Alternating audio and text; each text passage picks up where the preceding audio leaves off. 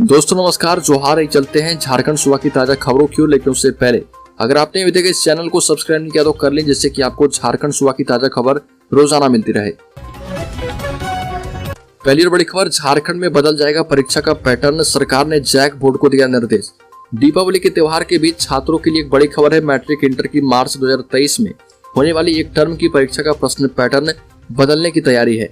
अब पैटर्न 40 अंकों की परीक्षा ऑब्जेक्टिव और सब्जेक्टिव में होगी और 20 अंकों का स्कूल कॉलेज में आंतरिक मूल्यांकन किया जाएगा। सरकार सिर्फ मैट्रिक और इंटर ही नहीं, 8वीं, 9वीं और 11वीं के परीक्षा मॉडल को भी बदलने की रणनीति तैयार कर रही है। JCERT ने 2 टर्म के निर्णय के आधार पर मैट्रिक एवं इंटरमीडिएट का मॉडल प्रश्न पत्र का प्रारूप तैयार कर जैक को भेजा था और अब इसमें भी बदलाव की तैयारी है। पूरे सिलेबस के आधार पर OMR सीट के लिए ऑब्जेक्टिव प्रश्न और उत्तर पुस्तिका की परीक्षा के लिए अलग से प्रश्नों का मॉडल पेपर होगा। अगली खबर, झारखंड के खूंटी जिले में बड़ा हादसा, मुखिया समेत 2 लोगों को गोली मारकर की गई हत्या। आपको बता दें कि गांव में बहुत ही ज्यादा दहशत है। झारखंड के खूंटी जिले में अपराधियों ने एक मुखिया समेत 2 लोगों की गोली मारकर हत्या कर दी। इस घटना के बाद से इलाके में दहशत का आलम है। कोई डर के मारे कुछ बोलने को तैयार नहीं। पुलिस ने दोनों शवों को अपने कब्जे में ले लिया है। पुलिस मामले की छानबीन कर रही है। अभी तक हत्यारे पकड़े नहीं गए। जानकारी के मुताबिक यह घटना खूंटी जिले के रुबुआ बिरडी गाँव में हुई। रुबुआ बिरडी गांव के लोग मुखिया सोमा मुंडा और जेम्स पार्टी की अपराधियों ने गोली मारकर हत्या कर दी। सोमा मुंडा की उम्र करीब 55 साल थी और जेम्स पार्टी की उम्र 38 साल थी। इन दोनों लोगों की हत्या क्यों की गई, अभी तक इसका खुलासा नहीं किया गया है। अगली खबर, T20 वर्ल्ड कप में खेलेंगे झारखंड के सुजीत। दिहाड़ी मजदूर करने वाले परिवार से टीम इंडिया तक कर दिया है सफर तय। झारखंड के सुजीत मुंडा T20 वर्ल्ड कप में खेलेंगे। दरअसल राजधानी रांची स्थित दुर्बा के रहने वाले सुजीत मुंडा का चयन ब्लाइंड T20 वर्ल्ड कप के लिए टीम इंडिया में हुआ है। सुजीत मुंडा उस 17 सदस्यीय टीम इंडिया का हिस्सा है जिन्हें 4 से 17 दिसंबर के बीच आयोजित होने वाले ब्लाइंड T20 वर्ल्ड कप में शिरकत करने का मौका मिलेगा। सुजीत मुंडा तेज गेंदबाज है और जरूरत पड़ने पर टीम के लिए रन भी बनाते हैं। अगली खबर, खूंटी में हुए डबल मर्डर पर गरमाई सियासत। बाबूलाल मरांडी बोले, सरकार की मंशा अपराध नियंत्रण की नहीं है। खूंटी में डबल मर्डर की घटना को लेकर प्रदेश के पूर्व मुख्यमंत्री बाबूलाल मरांडी ने झारखंड की कानून व्यवस्था पर सवाल खड़े किए। बाबूलाल मरांडी ने सरकार पर निशाना साधते हुए कहा कि लगता है सरकार की मंशा ही नहीं है कि इस राज्य में अपराध नियंत्रण में आ जाए। बाबूलाल मरांडी ने कहा कि अपराधियों के मन में पुलिस प्रशासन का रत्ती भर का भय नहीं है। अगली पर, झारखंड के गिरिडीह से गिरिडीह में दीपावली मनाने घर आ रहा था अरुण भुइयां। महज 200 रुपए के लिए GRP जवानों ने ट्रेन से दे दिया धक्का। झारखंड के गिरिडीह के रहने वाले एक शख्स की प्रयागराज में ट्रेन से गिरकर दर्दनाक मौत हो गई। आरोप है कि उन्हें GRP के जवानों ने चलती ट्रेन से धक्का दे दिया। मामले में 2 जवानों को हिरासत में लिया गया है। गिरिडीह के राजधनवार से विधायक और BJP विधायक दल के नेता बाबूलाल मरांडी ने घटना पर दुख जताते हुए परिजनों से मुलाकात करने की बात कही।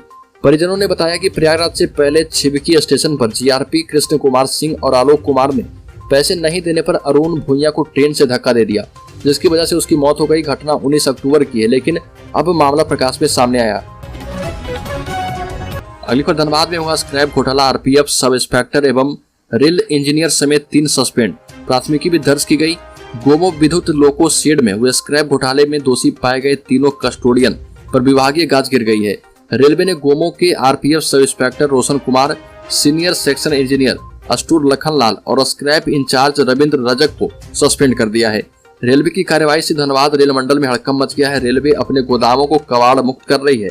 लंबे समय से गोदामों में पड़े स्क्रैप बेचकर करोड़ों की आमदनी अर्जित की जा रही है। रेल कर्मचारी भी इसी का फायदा उठाकर जेब भरने में लगे हैं। इसी कड़ी में 20 अक्टूबर को गोमो के विद्युत लोको शेड से 2 ट्रकों में भरकर भेजे गए स्क्रैप में गड़बड़ी पकड़ी गई। रात में चुपके से 2 ट्रकों में भरकर शेड से ट्रकों को बाहर भेज दिया गया। रेलवे की CIB को खबर मिलते ही इस पर बड़ी कार्रवाई की गई। अगली खबर, रांची का सीरम टोली फ्लाईओवर बांद्रा बरली सी लिंक की तर्ज पर बनेगा।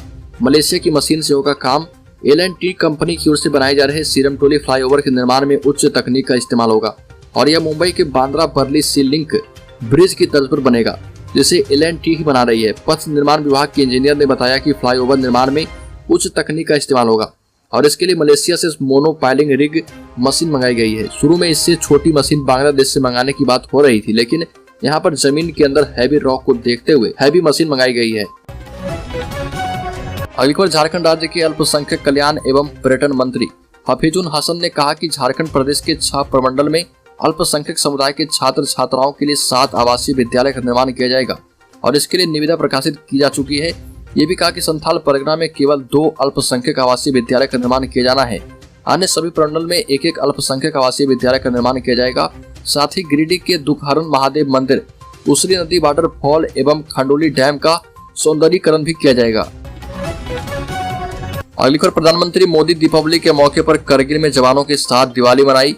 इस मौके पर उन्होंने कहा कि बिना सामर्थ्य के शांति कायम करना असंभव है। मोदी बोले कि भारत हमेशा शांति के लिए खड़ा रहा है। हमने हमेशा युद्ध को पहला नहीं बल्कि अंतिम उपाय माना, लेकिन हमारे सशस्त्र बलों के पास देश पर बुरी नजर रखने वाले को मुंहतोड़ जवाब देने की ताकत और रणनीति दोनों है। प्रधानमंत्री ने कहा कि हम सिविलियन लोगों की दीपावली, हमारी आतिशबाजी अलग होती है, आपकी आतिशबाजी भी अलग और धमाके वाली होती है। जवानों से बात करते हुए पीएम मोदी ने रामायण और महाभारत महाकाव्यों का हवाला दिया। बोले कि यह भारतीय परंपरा है कि युद्ध चाहे लंका में हुआ हो या कुरुक्षेत्र में, अंतिम समय तक उसे टालने की ही कोशिश की गई। हम विश्व शांति के पक्षधर हैं। साथ ही ये भी कहा कि आज पूरी दुनिया भारत की ओर देख रही है, जो कि एक संतुलन शक्ति है। अगली खबर, जामताड़ा से, जामताड़ा में शराब पीने पर लगाई फटकार तो बुजुर्ग ने ट्रेन के आगे कूदकर दे दी जान। आपको बता दें कि जामताड़ा के सुंदर जोरी गांव के रहने वाले 85 वर्षीय चंदर सिंह को शराब पीने पर उनके घर वालों ने जमकर फटकार लगाई। घर वालों की फटकार से वो इस कदर आहत हुए कि उन्होंने सुबह करमाटाड़ के पिंडारी फाटक के पास ट्रेन के आगे छलांग लगाकर आत्महत्या कर ली। सुबह के समय अप लाइन पर अंडाल जसीडी पैसेंजर ट्रेन गुजर रही थी। घटना की खबर सुनकर रेलवे पुलिस एवं स्थानीय थाना की पुलिस बल एसआई संजय कुमार साव के नेतृत्व में पहुंचे। मृतक की पहचान करमाटाड़ थाना क्षेत्र के सुंदर जोड़ी गांव के चंदर सिंह के रूप में ही की गई। अगली खबर, झारखंड के 19 जिले में तेज रफ्तार से जान गंवाने वाले बढ़े मौत के आंकड़े में हेलमेट नहीं पहनने वाले 46% हैं। राज्य में तेज रफ्तार से जान गंवाने वालों की संख्या में इजाफा हुआ है। पिछले वर्ष 2021 जनवरी से अगस्त तक में 2302 लोगों की मौत सड़क हादसे में हो गई थी और इस वर्ष 2022 में 2592 लोगों की मौत सड़क हादसे में हुई, जो कि पिछले वर्ष की तुलना में 290 यानी कि 12% ज्यादा है। अगली खबर, झारखंड सरकार को अस्थिर करने संबंधित आरोपों में फंसे कांग्रेस के 3 निलंबित विधायक इरफान अंसारी, राजेश कच्छप और नमन बिक्सर कोंगाड़ी को कोर्ट से सशर्त जमानत मिलने के बाद कोलकाता में रहना पड़ रहा और उनसे लगातार क्षेत्र के लोग मिलने आ रहे। विधायकों के समक्ष परेशानी यह है कि वह कोर्ट का आदेश मिले बगैर यहाँ पर नहीं आ सकते।